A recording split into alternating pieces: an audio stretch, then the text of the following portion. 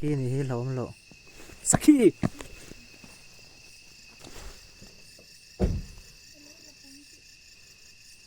Chào tối này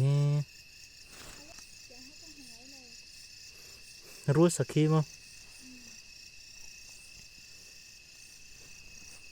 Đại thế rồi thế đó. Chào tối này hay. Chơi tuy lâu nhỉ? Lộn rồi. Tu rắn này lâu. Chào tối mi. Con si lắm rồi. Mi nắn thà tăng chứ. Hết ta lâu mua ra rồi. Chào tối này hay ngắt tiếng nghe lì.